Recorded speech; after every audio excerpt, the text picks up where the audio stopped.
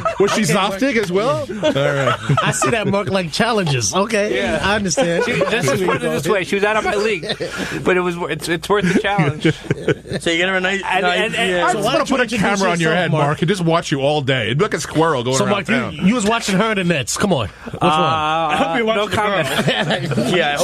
But Zach works for the team. Yeah, he works. So he was sitting on his own time. On his own time. Like it was the fourth quarter. It was a close game at one point, and you see Zach sitting with these two ladies, and I said, Zach, what about me? Well, who are they playing yesterday? The Jazz. Oh, then of course I watched the two ladies. The Jazz made a deal. They got Kyle Korver. If it was Golden State, I'd be like, oh, listen, the Nets might be a good game here. The Nets had 13 turnovers through three quarters, right? This has got his arms crossed. He's listening. Because I'm just trying. I'm like, we've made Zach Schwartz his ears must be burning. To this, you piece of dirt. Zach Schwartz. And should we text him? Tell him to come on. Exactly. Have his side of the story. No, not that Zach Schwartz. There's going to be like 72 Zach Schwartzes on the white pages, which you guys don't even know about on the internet. I should say. And I hate to break it the news for you Yiddish fans out there. Not Jewish. Oh no. No. He's like FAO. Is it SWARTZ? No, that's Jewish. Oh, okay. But so the Nets made... Which we learned about an animal on the phone the other day. He called in on Sports Talk. I learned. His father was Jewish. Oh, he was at the tree lighting the other day? No, thankfully. No, he called How in. was that, by the way? It was wonderful. Yeah, it was.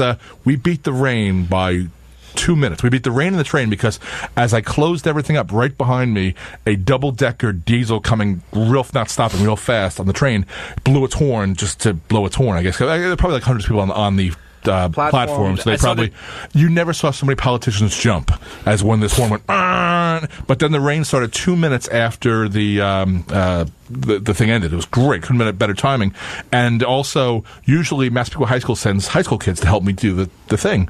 They didn't return 3 calls from the village clerk. So she's like, "You can do it solo." I'm like, "No, I got my 2 sons here." So both my boys hosted it with me, which was, and I'm not, I'm old enough now that like nothing excites me. But I'm thinking back, I'm like, that was one of the best moments of my life. Both of my sons. It was really good. And we got good pictures together and everything. Nice. You're the dad that goes, "That's my boy." Yeah, that's my boy. Well, it's kind of funny because the very first announcement Timmy had to make, and I had phonetically put all how to pronounce. There were a lot of difficult names to pronounce on the trustees, and whatever. But I didn't put. He said Jeremy Privado instead of Jeffrey Privado. Luckily, nobody heard it. And I'm like, the mayor's name. It's that time of year. Yeah, exactly. It's that time. So, again, so and then Connor later on, his only mistake was he doesn't know, and you kids probably don't know.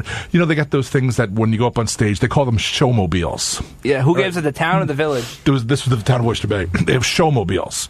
He's never heard. You guys have never heard that phrase in their life. So he said snowmobile, but which is good for Christmas and Hanukkah. Yeah, snowmobile is perfect, But beyond that, it was great. We got great pictures, and it was. Joe was there. Joe was there, and Joe gave me a big hug and everything. Joe gave you a hug? But here's the funny thing. Joe Saladino, town of Oyster Bay supervisor, were talking about. They knew that it was going to rain, so no politician spoke longer, and Privado cut his remarks short, and it was like we got in and out, boom, bam, because this way it was like beat the rain. Lou was there? Lou and Brodo? Yeah, he was there. He looks like a Chaminade kid, which is what he was, apparently. But that's what he looks like. And Rebecca Alessia? She was not there. No, she was not there. And anybody else you want to name more? Yeah, Michelle Johnson. She was not there. He's doing the whole town of Oyster Bay board. She lives north of 25A. Thomas Hand was there. Brodo was there. McEnone doesn't want to be. McEnone wasn't there. No, he's in Farmingdale. He should have been there, but he wasn't there. The new guy was just elected, LePetri. He stood with me the whole time and talked to me the whole time, and my sons. But yeah, no, it was. Any openings? It was a. Would you want to need a job? Mark, anything else you want to ask? Exactly. Any other obscure town politicians? Yeah, exactly. We didn't. What were you doing? Nothing. We went to Asian morning afterwards. He was at a Nets keep getting upgrades, but look at the great thing is Zach Schwartz could do both, light the tree and the menorah. I was working a party contract for Belmont Merrick High School, Central High School District. Ah, there you go. Yeah, no, it was funny because when they light the menorah first, every light goes on, and Tim, of course, turns to me and is like, "You're really not supposed to light every light." I'm like, "Yeah, but this is just for display. That's why they light it all at once. This is a festivity kind of thing. It's not. They'll go to the one light during the week, which they of course did." Was Ken Grimble there? He's 12. No, Ken Romo was I think he not retired. there. Was not there. He did retire. He's painting his head somewhere. 516-572-7440. He painted his head. That's what he did. 516-572-7440. So the Giants. This is where Kevin Boston Hill gets involved. Thank you. I mean, come on. Oh, first off, The Yankees might get Realmuto. So as is our Thanksgiving tradition, we record our Thanksgiving show I hope this is not 7 about a.m. me. to 9 a.m. Yeah. No, it wouldn't be about you. Yeah, it would. 7 a.m. to Yeah, 9 it a.m. on Thanksgiving morning. No, you're giving it away. Yeah, really. He didn't give it away. He was spoiler alert. I still think KJ last year was the best. We were talking about something for 5-10 minutes, and he totally forgot. He I must have been brought it up. It was all shot. So So no spoiler alert. I was spoiler alert. the Cowboy game comes on during the day. I had eaten. I fell asleep. They're winning right now, by the way, 10-0 against the Saints. I fell asleep because I knew I would. that Because we got up so early that day, and then the tryptophan Just had kicks to be in a in, close game. and the Cowboy was just. So I knew I was going to fall asleep, but I fell asleep for like 2/4 of that. Cow- Of that You took a little Cowboy. cat nap. Yeah. You took a little cat nap. I Was did. it It was after gonna kill dinner? me. You watched the whole night Was it game? after dinner? Yeah. Did you watch the whole night game? Yes. Okay. Yes. That was a good. Oh, you Well, had it wasn't to. a good game. I mean, But anytime you can watch the Saints on TV, though. I mean, Yeah, exactly. excited. They're And they very just throw to everybody. They throw to everybody. Everything. Everybody. It's like, and I'm thinking of making Eli up Apple names. still stinks, though. I saw him right before we left. He still can't cover anybody at all. He was more Don't matter. involved than he had been with the Giants, though. Like, at least he was in the He can't vicinity cover of the play. anybody on Dallas still.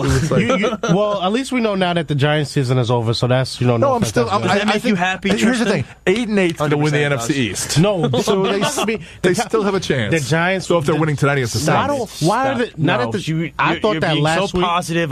No, because Notre Dame's in the playoff. No, I'm Chris being is all positive because giddy and this excited. team- the problem with this Giants team The season is, of giving. is its defense. They never drafted linebackers. The whole tradition of the Ogletree's been Giants was terrible always for their them. front four. They're running a 3-4. They every third down is just might as well just call it a first down. Is Landon Collins? Let me ask you this, because you're Giant fans. Is he coming back? I mean, what do we think? I don't mean, what know. are they I going think to? they- I mean, it just sounds like they don't even want him anymore. It's just, and then and the same thing. I said it before when they decided to sign Odell Beckham Jr. for that crazy contract. I had said, I'm like, you better be damn well sure that he gets with the program. That's like a Robinson Because Cano deal. He's not the star of the team. Saquon Barkley's the star of this team going forward. He's got to accept that, and he's also got to realize.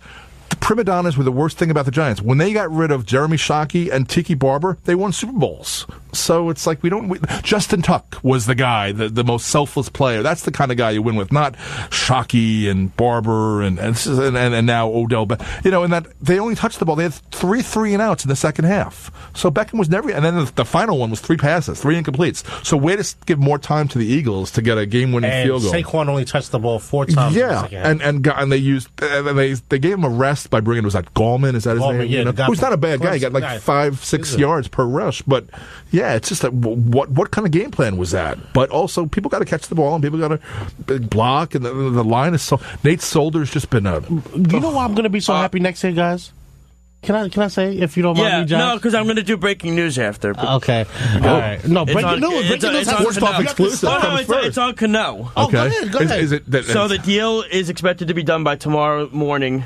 It's going to be Cano and Diaz going to the Mets for Jay Bruce, Anthony Swarzak, and as we said, the 2 prospects between it would be Kalinick, Dunn, and McNeil. 2 of those guys are going to be going back. Hopefully not McNeil. It's funny if I wonder. No, if, I hope it's not Kalinick, because Kalinick is going to be really sticking good. Given the deal that to do it tomorrow, which is November 30th, I'm wondering if there's some kind of payment that's due on December 1st. I think it's the money thing. Yeah. That is going to be one thing. That's got to be on something. December 1st. There's probably but they did say it's going to be done tomorrow. They said that Jeff Passan on Yahoo Sports said it's going to be done tomorrow morning. So there you have it.